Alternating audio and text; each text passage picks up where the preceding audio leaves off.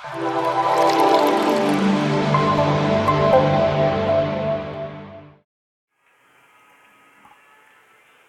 Friends, આ છે આપણા ચીઝ પોટેટો નગેટ્સ, એ બી નો ઓનિયન નો ગાર્લિક. તો friends, have a look at this. આ ફ્રેન્ડ્સ તમારા બાળકો જોશે ને ફ્રેન્ડ્સ, તો ખરેખર એ લોકો એકદમ જ પાગલ બની જશે આ વસ્તુની પાછળ.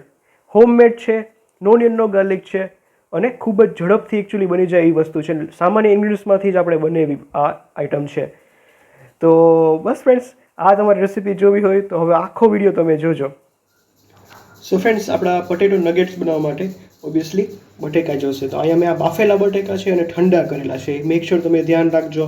અને બટેકા ચિપ્સના જે આવે છે એ ટાઈપના લેશો તો તમારે ખરેખર સરસ થશે.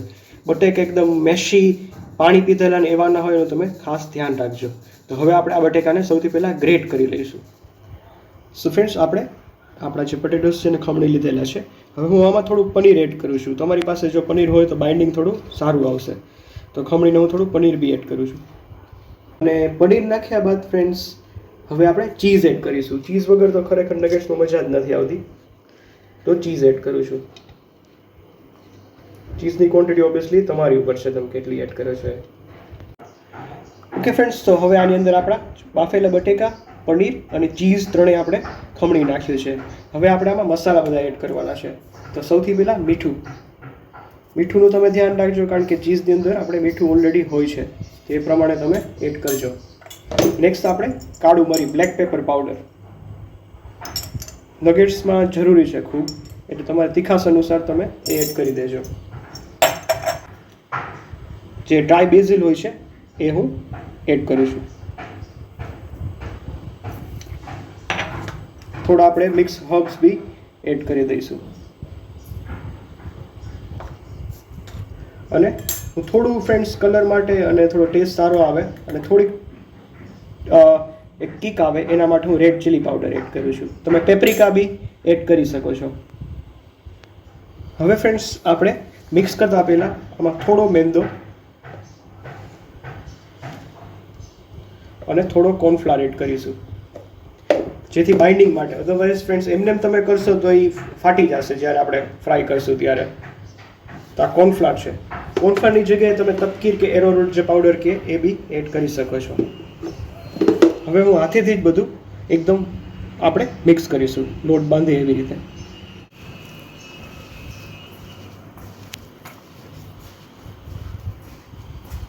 અને આવી રીતના મિક્સ કરતા જઈશું.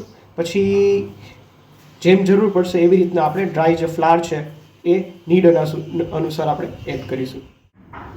સો ફ્રેન્ડ્સ, હું થોડો એક્સ્ટ્રા ડ્રાય ફ્લાવર એડ કરું છું, કારણ કે હજી થોડું વધુ ચીકણું છે.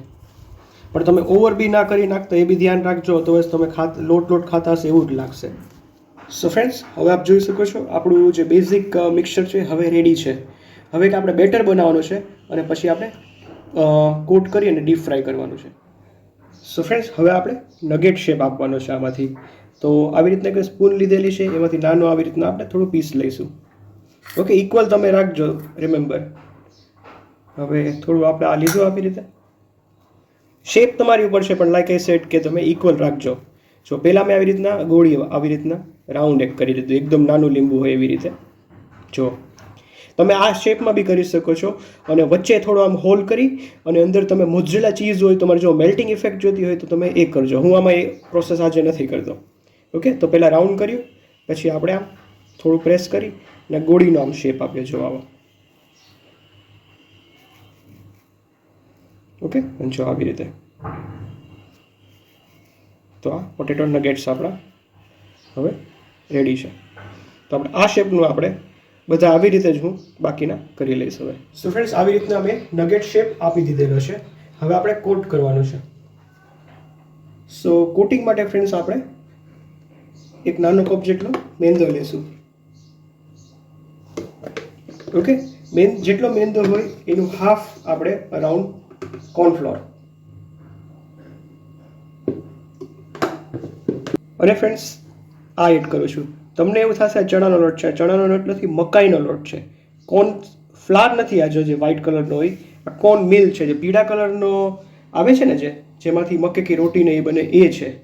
ઓકે, યલો કલરનો હોય છે. જો આ તમારી પાસે હોય તો તમે એડ કરજો, ના હોય તો ખાલી કોર્નફ્લોર અને મેંદાથી ચાલી જશે. ઓકે, મારી પાસે છે તો હું એ એડ કરું છું. યલો કલરનો હોય છે ઓલવેઝ પિઝામાં ને બહાર આ યુઝ થાય છે, એટલે એનો ક્રંચ અલગ જ આખો આવે છે. અને ફ્રેન્ડ્સ, આ ડ્રાય જેટલી વસ્તુ છે એમાં હું 1 સ્પૂન જેટલું તેલ એડ કરું છું. હવે ફ્રેન્ડ્સ, મીઠું એડ કર્યું અને બ્લેક પેપર પાવડર, ક્રશ કરેલું ફ્રેશ આપણે જો આ બ્લેક પેપર પાવડર છે. ઓકે, આટલી જ વસ્તુ છે ને હવે બસ પાણીથી આપણે મિક્સ કરવાનું છે. પાણી નાખીને તો થોડું આપણે પાણી એડ કર્યું અને વ્યવસ્થિત મિક્સ કરી લઈશું. ઓકે ફ્રેન્ડ્સ, તો જો આવું આપણે એકદમ પાતળું આપણે રાખવાનું છે. ઓકે, એક વસ્તુ તમને કહેવાની મારે રહી ગઈ કે મેં આમાં છે ને થોડા બેઝિલ અથવા મિક્સ હર્બ થોડા એડ કર્યા હતા, તો એ વિડીયોમાં ના આવ્યો હોય તો પ્લીઝ તમે એ એડ કરી દેજો. સો ફ્રેન્ડ્સ, હવે જોઈ શકો છો આપણું બેટર રેડી છે. અને આ બ્રેડ ક્રમ્સ અને કોર્નફ્લેક્સ જે હોય ને આપણે જે ખાઈ છે ને કોર્નફ્લેક્સ, એનું બંનેનું મિક્સચર છે. કોર્નફ્લેક્સ હોય તો ખાલી તમે બ્રેડ ક્રમ્સથી બી કરી શકો છો, અને બંને ન હોય તો ખાલી તમે આ કોટિંગમાં બી કરી શકો છો. ઓકે, તો હવે આપણા નગેટ્સ બી રેડી છે. જુઓ, હવે આપણે નગેટ્સને અમે ડીપ કરી અને કોટ કરી અને પાછા મૂકવાના છે. સો ફ્રેન્ડ્સ, સૌથી પહેલાં જો આપણે નગેટ એડ કરી દઈએ. એક સાથે કરી શકો છો, એક બે બી કરી શકો છો, કોઈ એવો ઇશ્યુ નથી. ઓકે, ને મેં ફોક લીધેલી છે, તમે હાથથી બી આમ કરી શકો છો. જો, અને આ પતલું થોડું રાખજો ફ્રેન્ડ્સ, બહુ જાડું ના રાખતા તમે. આજે આપણું બેટર છે એ હવે આને સીધું લઈ અને આપણે જો આમાં આપણે એડ કરી દઈશું. આમાં જરાય તમે ઉતાવળ ન કરતા, આરામથી તમે કરજો. હવે ફ્રેન્ડ, જો આવી રીતના આપણે કોટ કરી દઈશું.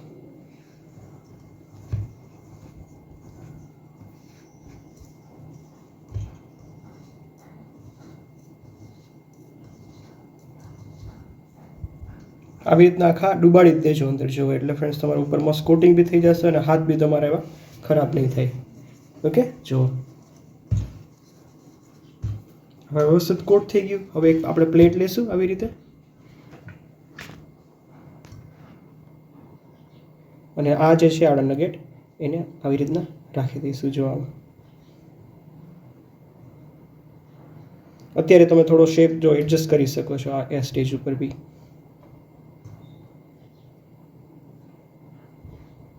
અને એક્સ્ટ્રા જે હોય તમે આવી રીતના ડ્રેઇન ઓફ કરી દેજો, શેક ઓફ આઈ મીન. તો આ 3 આપણે કરી એક્ઝામ્પલ. હવે બાકીના જેટલા આપણા નગેટ છે એને આપણે આવી રીતે જ કરી દઈશું. પછી આપણે આ પ્લેટને આખી ફ્રીજમાં મૂકવાની છે, જેથી બધું સેટ થઈ જાય.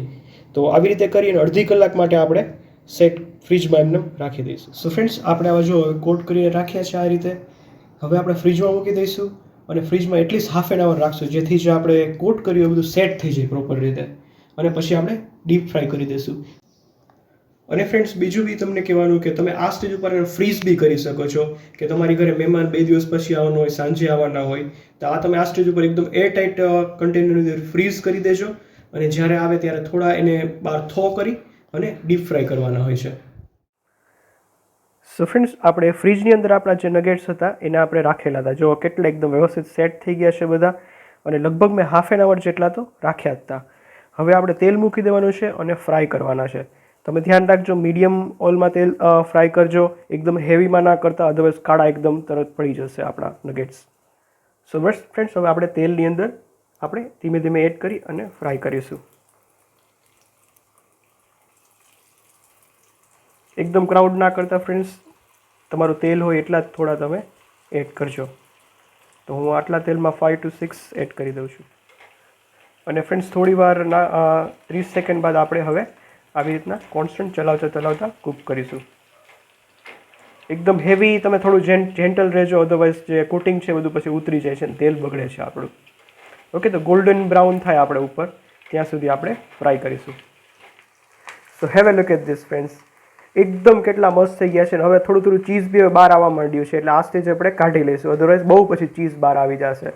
તો એકદમ ટેમ્પટિંગ આપણા હવે નગેટ્સ રેડી થઈ ગયા છે. તો આપણે હવે સર્વિંગ કરીએ. કેટલા ટેમ્પટિંગ થયા છે ફ્રેન્ડ્સ આપણા આ વેજીટેબલ આપણા આઈ મીન પટેટો નગેટ્સ. તો હવે સર્વિંગ કરીએ ચલો ગરમા ગરમ. અને ફ્રેન્ડ્સ જો મારી પાસે બાસ્કેટ છે તો એમાં હું સર્વ કરું છું. એકદમ ફ્રેન્ડ્સ એટલા ટ્રેઝર લાગે છે ને કે મને એમ જ થાય છે કે મારે ખાવા બી નથી, કારણ કે ખાઈશ તો આની ખૂબસૂરતી એટલી બગડી જશે એમ. એટલે જો તમે કેટલા મસ્ત લાગે છે એમ. સિરિયસલી એમ જ થાય કે આને કબાટમાં મૂકી દઉં શો માટે. જો આ તમે સર્વ કર્યા હોય એઝ અ પાર્ટી સ્નેક તો ખરેખર I don't have words for it. So finally friends આપણા ચીઝ પોટેટો નગેટ્સ હવે રેડી છે સર્વ કરવા માટે. તો ફ્રેન્ડ્સ આજની રેસીપી કેવી લાગી એ તમે મને ખાસ જણાવજો. ફ્રેન્ડ્સ આ રેસીપી કરવામાં સિરિયસલી બહુ જ મહેનત પડે છે, તો બસ અમે એટલી એક્સપેક્ટેશન તમારી પાસે રાખીએ કે તમને જો રેસીપી ગમતી હોય તો પ્લીઝ એમાં જે લાઇકનું બટન છે એ દબાવજો. તમે સબસ્ક્રાઈબ ચેનલ ના કરી હોય તો એ કરજો. અને કોઈ તમને કમેન્ટ અમારા કોઈ કમેન્ટ હોય, કોઈ કમ્પ્લેન હોય, કોઈ સજેશન હોય તો પ્લીઝ એ કમેન્ટ બોક્સમાં અમને કહીને જણાવજો. સો thanks for watching. I'm your sister signing off. Goodbye.